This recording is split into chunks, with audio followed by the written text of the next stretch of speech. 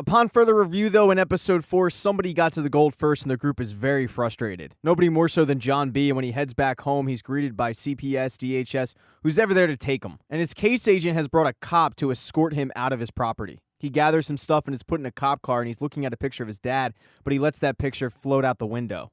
Immediately, he starts pleading with them to stop the car and go get the picture because it's his last remaining picture of his father. And while the cop says no chance, the case agent says, no, let's do it. And then John begs her to go let him help because the cop has no idea where the picture is. Once again, she agrees, and as soon as she unlocks the car door, John B. makes her run for it. He steals a kid's bike and is trying to get away, but then he hits a chain and flies off the bike. He's kind of banged up, but luckily for him, Sarah Cameron is there to see him, and he says, hey, can you take me to a hospital? He really just wants to get away from the cops, and as soon as she drives away, he has her go to that street, he picks up the picture of his dad, and then says, don't take me to the hospital, just take me to your house. She sneaks him past her dad and into his office where she starts patching him up. As Sarah's patching him up, he sees his picture on a wall of a black guy and asks, hey, who's the dude on the wall? And she says, that's Denmark Tanny, he owned the place. John says, how did a former slave come to own this entire place? And she lets him know that he paid for the entire place in gold and ended up buying up slaves all over the place. And then he realizes that he recognizes that name because it was on the crew manifest for the merchant. And while slaves weren't mentioned in the crew, John's dad got the actual manifest and saw his name. So while nobody was supposed to have survived this crash, Denmark Tanny apparently did. And it doesn't take a genius to put 2 and 2 together and figure out who has the gold. John asks Sarah, what else do you know about this guy? And she lets him know that we found a bunch of his stuff when we moved in, but my dad donated it to the archives at Chapel Hill. John asks if he can see it, and she says sure, but John wants to go right then and there. And she can't figure out why all of a sudden he wants to go to the archives at Chapel Hill because of this guy. John won't tell her why he wants to go, and she says, well, then I'm not going, and you need me to get in.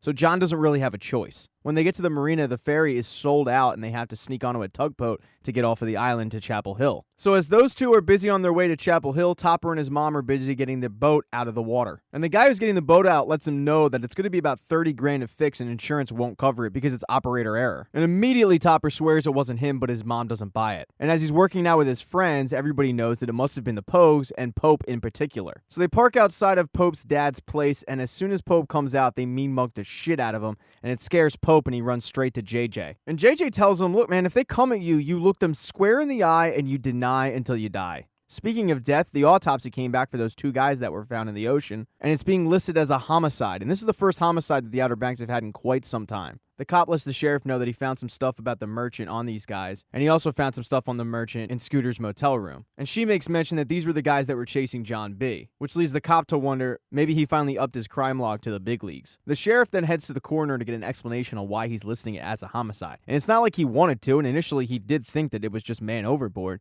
but he gives all of the reasons why, and sure enough, it looks like these guys were set up to look like it was an accident, but were actually murdered. At this point, though, Sarah and John have gotten off the ferry and they're looking pretty raggedy, and they're not going to be allowed in the archives looking the way that they are. So Sarah drags John to this fancy clothing store to get more adult-looking clothes, but John doesn't want any part of it, and he can't afford it. Sarah says, don't worry about it, I'll sugar mama you.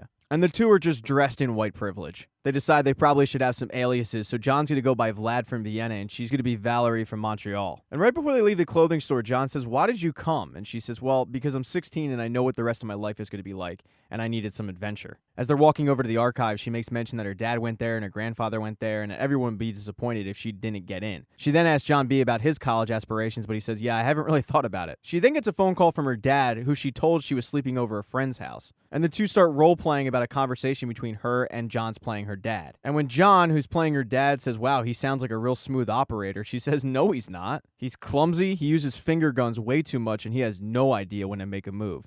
And yet John still doesn't make a move. Take a clue, man. Right before they actually enter the archives, she wants some answers and says, all right, before we enter, I need to know why we're here. And John tells her, I'm on a treasure hunt, to which she doesn't believe initially, but by the look on his face realizes, oh my god, he's actually serious. They head on into the archives and start looking at the stuff, and there's a newspaper article defining that he was lynched because he was freeing too many slaves. There's a book that has all the birthdays of his family members. There's even a picture of the gold to which he paid for the house with, and it is in fact English gold. And then there's this letter that was written the day he died in this Creole language that neither of them speak, so John takes a picture of it to get translated later. Because they find it really interesting that on the day that this guy died, he decided to write a letter to his oldest child. They end up spending the night in Chapel Hill, although we have no idea where they stayed. That same night, Pope, Key, and JJ head to a movie in a park, but it's in the rich area, and Pope and JJ are kind of nervous that they're going to run into the kooks. And sure enough, they do. And when they try to sneak away to go to the bathroom, the kooks end up finding them, and they're outnumbered and a fight breaks out. And Pope and JJ are getting their ass kicked because it's like 5-on-2. Key tries to break it up and goes into JJ's backpack and finds the gun, but thinks otherwise of it and grabs the lighter instead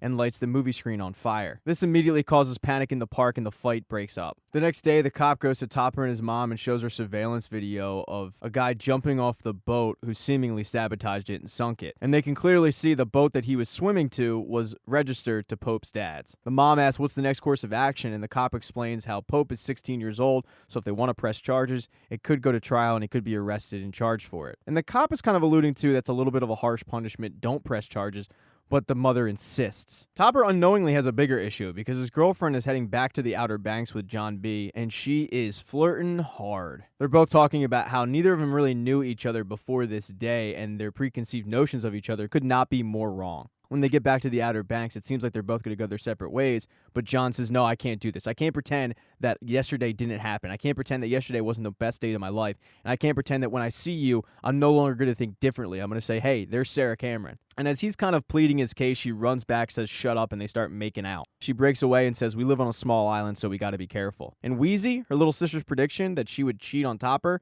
comes to fruition. Now, while John B did just snag himself an insanely hot chick, I looked it up, she's 22 in real life, it's not weird that I say that, one of his best friends is about to get arrested because the cop walks into Pope's dad's place armed with a warrant and takes him in, and the entire time Pope is mortified because he's just thinking about his entire life going down the drain for this crime. And as his dad and JJ and Key are begging the cop not to take him in, right before he's actually put in the cop car, JJ screams, I did it. And to the surprise to everybody there, JJ takes the fall for it because Pope has a lot more to lose than JJ. And initially, Pope doesn't even want to allow him to do this, but JJ continues to say that he did it, and the cuffs are taken off Pope and put on JJ, and JJ is thrown in jail. And the last scene is we get to see a glimpse of the guy who murdered those two people because he has the weapon which they were murdered with, and he has the compass.